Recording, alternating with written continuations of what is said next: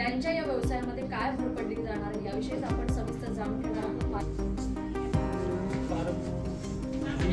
आमच्यापर्यंत मुळात पोहोचत नाही काढत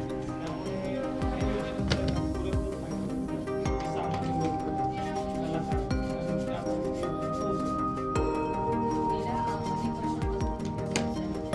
त्याच्यामुळे जी ओरिजिनल कपडा बनवणारे लोक आहेत त्यांना बेनिफिट त्याच्यापासून कस्टमर पण नाराज होतो आणि जो हस्तकला बनवणार आहे त्याची जी हस्तकला बनवणाऱ्याची त्याची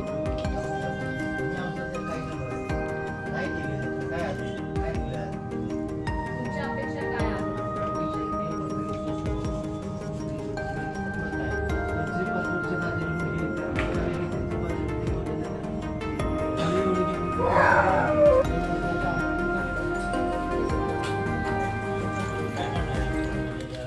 केंद्र सरकारचा आज केंद्रीय अर्थसंकल्प जाहीर झाला. या अर्थसंकल्पात चर्मकार समाजासाठी काही योजना आणल्याचं सांगण्यात आलेलं आहे. आपण एका कोल्हापुरातल्या चप्पल दुकानात आहोत. कोल्हापूर चप्पल ही संपूर्ण राज्यभरात देशभरात प्रसिद्ध आहे आणि याच अर्थसंकल्पात नेमकी काय उपाययोजना करण्यात आली आहेत किंवा काय आपल्या अपेक्षा आहेत हे आपण त्या दुकानदारांच्याकडून जाणून घेणार आहोत. आपल्यासोबत बोलण्यासाठी दुकानदार आहेत. काय सांगाल आता नाव तुमचं काय आणि कशा प्रकारे या बजेटकडून बघता? हा, माझं नाव आदित्य कदम आणि या बजेटचा पूर्ण म्हणजे हा जो अर्थसंकल्प आज झालेला आहे त्याचा पूर्णपणे बेनिफिट हा कारागिरांना व्हावा अशी मी इच्छा व्यक्त करतो. तुम्ही इथं कधीपासून दुकान तुमचं आहे, कधीपासून तुम्ही या क्षेत्रात काम करताय? हा, माझ्या दुकानाला जवळजवळ आता एक 60 ते 65 वर्ष पूर्ण झालेले आहेत आणि सुरुवातीला माझे म्हणजे मी तिसरी पिढी आहे. माझे आजोबा वडील या व्यवसायात होते आणि आता मी सध्या तरी 5 वर्ष झाले या व्यवसाय सांभाळतोय. काय नेमकं म्हणजे ह्याच्यासाठी लागणारे जे उत्पन्न खर्च आहे आणि आता जे बजेट म्हणजे जर सरकारने सांगितलेलं आहे काय नेमकं तुमची अपेक्षा होती? माझी पहिली अपेक्षा होती की सरकारने जो हँडमेड वस्तूवरचा जो जीएसटी आहे आता 18% तो जीएसटी आहे तो पूर्णपणे त्यांनी सरकारने माफ केला जावा आणि रॉ मटेरियलचा त्यांनी जो जीएसटी आहे तो थोडा त्यांनी कमी करायला हवा. काय नेमकं ह्या योजना खालीपर्यंत पोहोचतात नेमकं तुमचं कसं आहे? कारण या आधी योजना नाही, योजना अशा भरपूर आलेल्या आहेत पण कारागिरांना त्याचा काहीच लाभ झालेला नाही आता. तर काय नेमक्या अपेक्षा काय आहे? माझ्या याच अपेक्षेत की लेदरचा भाव त्यांनी आता कमी केलेला आहे असं म्हणतात ती, पण त्याची अंमलबजावणी पूर्णपणे व्हावी अशी माझी इच्छा आहे. आपल्यासोबत बोलण्यासाठी काही युवा उद्योजक देखील आहेत. काय सांगाल, युवा आहेस, तरुण आहेस, आजचे तरुण व्यवसाय पडणं किंवा नोकरी करणं याकडे जरा नोकरीकडे कल असतो, व्यवसायाकडे कल नसतो. तू व्यवसाय करतो, नेमकं आता या बजेटकडे तुझं कसं आहे? नोकरी हे सध्या तर करू नये युवा पिढीकडनं. जेवढं धंद्यात होईल तेवढं चांगलं आहे. कारण तुमच्या भविष्यासाठी म्हणा, आर्थिक व्यवस्थेसाठी म्हणा, हे सगळ्यात भारी म्हणलात तर धंद्यात हे तुम्ही आलं पाहिजे मेन मुळात. काय नेमकं तू चर्मकार आज काम करतो व्यवसायात, आज बजेट केंद्रात सादर झालेलं आहे. काय नेमकं तुझ्या अपेक्षा आहेत? किंवा केंद्र बजेट म्हणलं तर चांगली गोष्ट आहे, काय अडचण नाही. पण एवढंच की काय जे मटेरियल मध्ये म्हणा, ह्याच्यामध्ये म्हणा, जीएसटी वगैरे लागली ती जेवढी कमी होईल तेवढी शक्यता चांगली. रोजगार निर्मितीसाठी देखील प्रोत्साहन देण्याचं म्हटलं जाते. काय नेमकं मग याकडे तू कसं बघतोस? रोजगार निर्मिती होणार आहे याकडे तू कसं बघतोस? कारण आता यामध्ये रोजगार वाढणार आहेत. रोजगार वाढला तर चांगलीच गोष्ट, काय अडचण नाही. कला हे अजून पुढे येणारच आहे. मेन मुळात ती कशा पद्धतीने वाढली पाहिजे? मेन मुळात म्हणजे कसं युवक आहे ते धंद्यात आला पाहिजे. धंद्यात आणण्यासाठी ते तुम्ही काहीतरी स्कीम म्हणा, काहीतरी वेगवेगळी योजना हे तुम्ही द्यायला पाहिजे. तर आपल्यासोबत आणखीन एक युवा उद्योजक आहे. काय सांगाल, तू किती वर्ष झाली हे सगळं व्यवसाय करतोस आणि आता आजच्या बजेटमधून तुझी अपेक्षा काय होती? आजच्या बजेटमधून अपेक्षा माझ्या तर मुळात काही नाही आहेत. कारण की मी एक 7 ते 8 वर्ष झाले या व्यवसायामध्ये आहे आणि जरी आता तुम्ही परममित्रांना प्रश्न विचारलेला, ह्या उद्योगात नवीन पिढी कशी आली पाहिजे, ही नवीन पिढी आणण्यासाठी एक तर सरकारला तुम्ही योजना व्यवस्थित दिल्या पाहिजेत आणि ज्या योजना दिल्यात त्याच्या अटी, हे नियम हे आटोक्यात म्हणजे जवळपास त्यांना जुळणाऱ्या असाव्या. काही जणांकडे शेती नसती, जामीनदार नसतो, हे पण ते जरा अटी काढल्या तर तुम्हाला व्यवसायामध्ये कलाकारांना प्राधान्य मिळत, त्यांच्याकडे भाग भांडवल मिळत आणि विशेष म्हणजे त्यांचे मुलं बाळ ह्या कलेमध्ये उतरण्याचा पूर्णपणे प्रयत्न करतील आणि त्या कलेचा आमच्या पिढीला म्हणजे येणाऱ्या पिढीला आणि भविष्यात जे कस्टमर म्हणा किंवा इतर लोकांना ह्या कलेचा अनुभव मिळेल आणि त्यातून त्यांना फायदा पण मिळू शकतो. कारागीर देखील आहेत.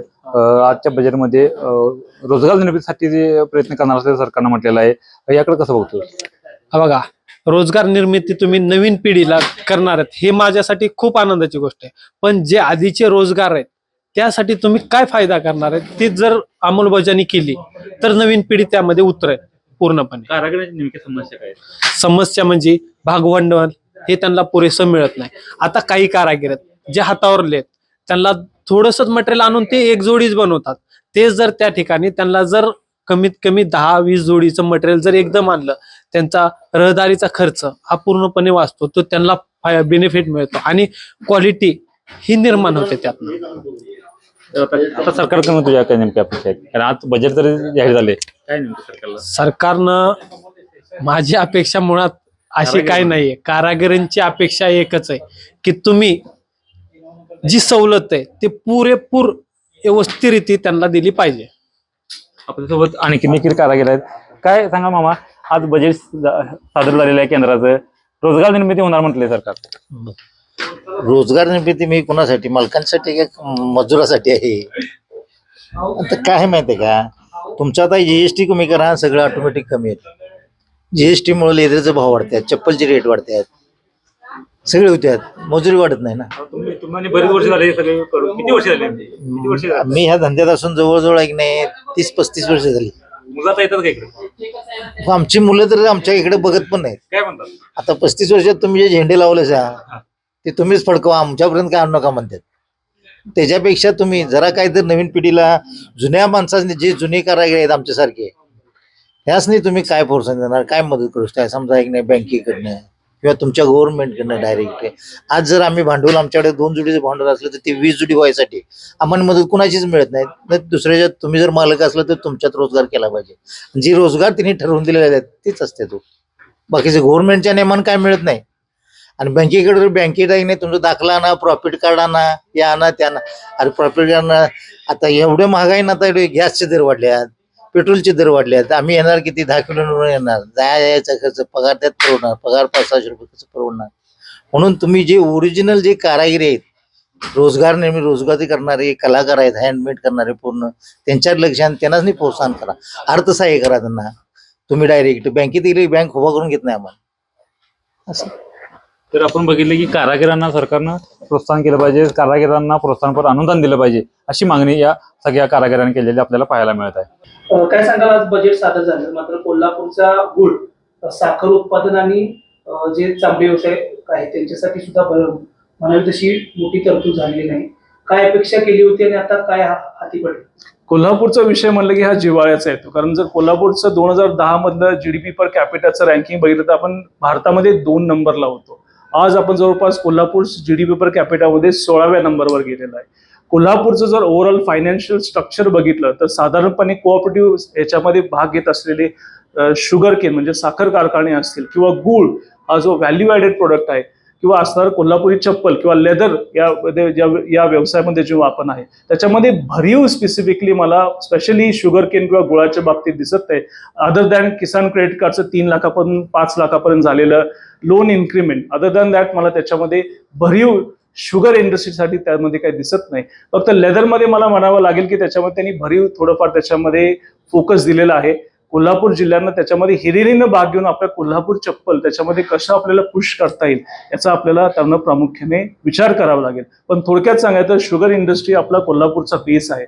जर त्याच्यामध्ये आपल्याला व्हॅल्यू ॲडेड प्रोडक्ट्स किंवा असणाऱ्या योजनांसाठी किंवा असणाऱ्या पुढच्या रिसर्चसाठी किंवा कॉस्ट कटिंग करण्यासाठी जर आपल्याला काय प्रयोजन त्याच्यामध्ये दिलं नसेल तर मला वाटतं थोडं महाराष्ट्रासाठी स्पेसिफिकली कोल्हापूरसाठी या पश्चिम महाराष्ट्रातल्या बेल्टसाठी थोडंफार मला वाटतं त्याच्याकडे दुर्लक्ष झाल्याचे थोडासा भास होतो. क्षेत्रामध्ये एआय तंत्रज्ञान वापरण्याचा एक सुझाव पुढे आलेला आहे.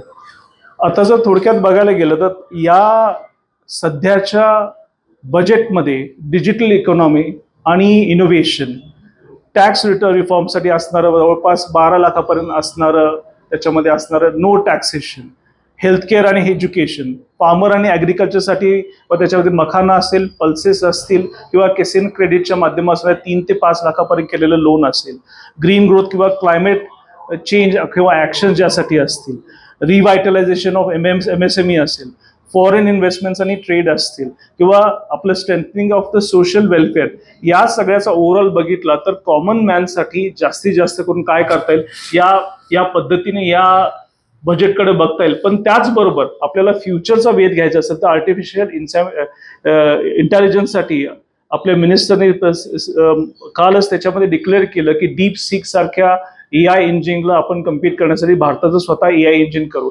दिस इज व्हेरी प्रोडक्टिव्ह आणि दिस इज व्हेरी प्रोग्रेसिव्ह थिंकिंग. आणि अशाच पद्धतीनं मेड इन इंडिया सारखे प्रोडक्ट जर आपल्याकडे केले तर स्टार्टअप सारखे ज्याच्यामध्ये चांगले प्रयोजन जवळपास 10,000 कोटीपासून चांगले प्रोव्हिजन गव्हर्नमेंटने याच्यामध्ये केलेले आहेत. पण त्याचबरोबर ज्या प्रत्येक टेक्नॉलॉजीचे एक्सटेन्शन म्हणजे ॲग्रिकल्चरमध्ये AIचा काय उपयोग होऊ शकतो, डेअरी सेक्टरमध्ये ब्लॉकचेन सारख्या सेगमेंटचा व्हॅल्यू चेन फूड ट्रेसिबिलिटीसाठी कसा उपयोग होऊ शकतो, डिजिटल करन्सीमध्ये सुद्धा आपल्याला रुपी जो आहे तो ट्रेड म्हणून किंवा ॲसेट म्हणून सुद्धा बाकीच्या कंपनी ॲसेट्स म्हणून आपल्या बॅलन्स शीटवर कसा यूज करू शकतात, त्या स्ट्रेंथन करण्यासाठी लागणारी असणारे आपले foreign direct relations with the other countries, या सगळ्या मॅटर करतात. त्याचबरोबर आपल्या ASEAN ट्रीटी किंवा याच्यावर असणारे फॉरेन डिरेक्ट इन्व्हेस्टमेंट्स किंवा फ्री ट्रेड अग्रीमेंट्स, यासाठी लागणारे सगळे आपले परराष्ट्र मंत्र्यांचे असणारे प्रयत्न, ह्या सगळ्या गोष्टी एकत्र जर केल्या तर मला वाटतं ग्लोबली जे भारताचं आपण तिसरं किंवा दुसऱ्या नंबरला GDPच्या रेसमध्ये आपण जे आता अमेरिका आणि चायना आणि त्यानंतर आपण चौथ्या नंबरवर आहे, ते आपल्याला तिसऱ्या नंबरवर जायचं असेल तर हे डोमेस्टिक आणि इंटरनॅशनल रिलेशनशिप परफेक्टली मॅनेज करून कॉस्ट ऑफ रिडक्शन, टेक्नॉलॉजी आणि प्रोडक्टिव्हिटी, मग ती ॲग्रिकल्चरची प्रोडक्टिव्हिटी असू दे किंवा तुमची कॉस्ट ऑफ प्रोडक्शन फॉर मॅन्युफॅक्चरिंगमध्ये असू दे किंवा कुठल्याही ह्याच्यामध्ये आपल्याला तंत्रज्ञानाचा वापर करून मॅक्सिमम आपल्याला इफिशियंट गोष्टी करून आपल्या देशाला पुढे प्रोग्रेसिव्हली कसं करता येईल हे सगळ्यात आपल्याला महत्वाचं आहे. याला जोडूनच आजच्या काळात मिळालं काय? महाराष्ट्राचं जर बघितलं तर महाराष्ट्र बजेट जवळपास 67% आहे ते आपल्या सरकारी वेतन आणि सरकारी गव्हर्नमेंटमध्ये काम करणाऱ्या लोकांच्या मध्ये असतं. त्याचबरोबर आपण ज्या योजना म्हणजे लाडकी बहीण योजना असेल किंवा त्याच्यानंतर असणारी लाडकी मुलगी, या सगळ्या ज्या योजना सुरू आहेत, मला असं वाटतं की या इन्व्हेस्टमेंटचा आपण जर MSMEच्या माध्यमातून किंवा स्किल डेव्हलपच्या माध्यमातून जर त्यांना प्रॉपर स्किल डेव्हलपमेंट जर प्रॉपरली त्यांना दिलं आणि त्यासाठी लागणारं मायक्रो फायनान्सिंग आणि असणारी मार्केटिंग म्हणजे बाजारपेठ, ज्या महिला बचत गट असतील किंवा महिला एम्पॉवरमेंट असेल किंवा MSME मध्ये असणाऱ्या छोट्या कंपनी असतील, यांना मायक्रो फायनान्सिंग आणि त्यांच्यासाठी लागणारं मार्केट, याच्यावर जर पैसे आपण खर्च केले तर मला वाटतं त्याच्यामध्ये चांगल्या पद्धतीनं प्रोग्रेस होऊ शकला असता. महाराष्ट्रामध्ये जर किंवा भारताचा विचार केला तर 36% जवळपास जे आपलं मॅन्युफॅक्चरिंगचं कॉन्ट्रीब्युशन आहे ते MSMEच्या माध्यमातून होतं. आणि MSME ग्रो व्हायचं असेल तर फायनान्स आणि स्किल डेव्हलपमेंट आणि त्यासाठी लागणारी बाजारपेठ, ही त्रिसूत्री आपल्याला सगळ्यात महत्वाची आहे. आणि महाराष्ट्राला जर पुढं जायचं असेल, आपलं GDPचं कॉन्ट्रीब्युशन भारतामध्ये साधारणपणे टोटल याच्यामध्ये 11% आहे. महाराष्ट्र हा 1 नंबरवर आहे. त्याच्यामध्ये मूव्ही इंडस्ट्री असेल, आपल्या कोल्हापूर सारखे असणारं शुगर बेल्ट असेल किंवा सोन्याचा व्यापार, पण याच्याच बरोबर आपल्याला टेक्नॉलॉजी म्हणजे फ्युचर टेक्नॉलॉजी म्हणजे sir nano technology, semi conductors यासारखे जे फ्युचरिस्टिक प्रोजेक्ट्स आहेत ते महाराष्ट्रामध्ये ठेवणं आणि त्या माध्यमातून रोजगार निर्मिती आणि स्किल लेबर आपल्या महाराष्ट्रामध्ये राहणं हे अतिशय महत्वाचे आहे. आज जर बघितलं जर फ्युचर टेक्नॉलॉजी असणारे सगळे प्लान्स हे महाराष्ट्राच्या बाहेर आहेत आणि हे जर झालं तर महाराष्ट्राचा GDP जो आपण कॉन्ट्रीब्यूट 1 नंबरला आहे तो हळूहळू आपण मागं पडत जाऊ आणि त्याच पद्धतीने महाराष्ट्राला भविष्यामध्ये येणारे सेंट्रल किंवा स्टेटकडून येणारे फंड्स कमी होत जातील आणि महाराष्ट्र मागे पडण्याची शक्यता यामध्ये मी वर्तवू शकतो.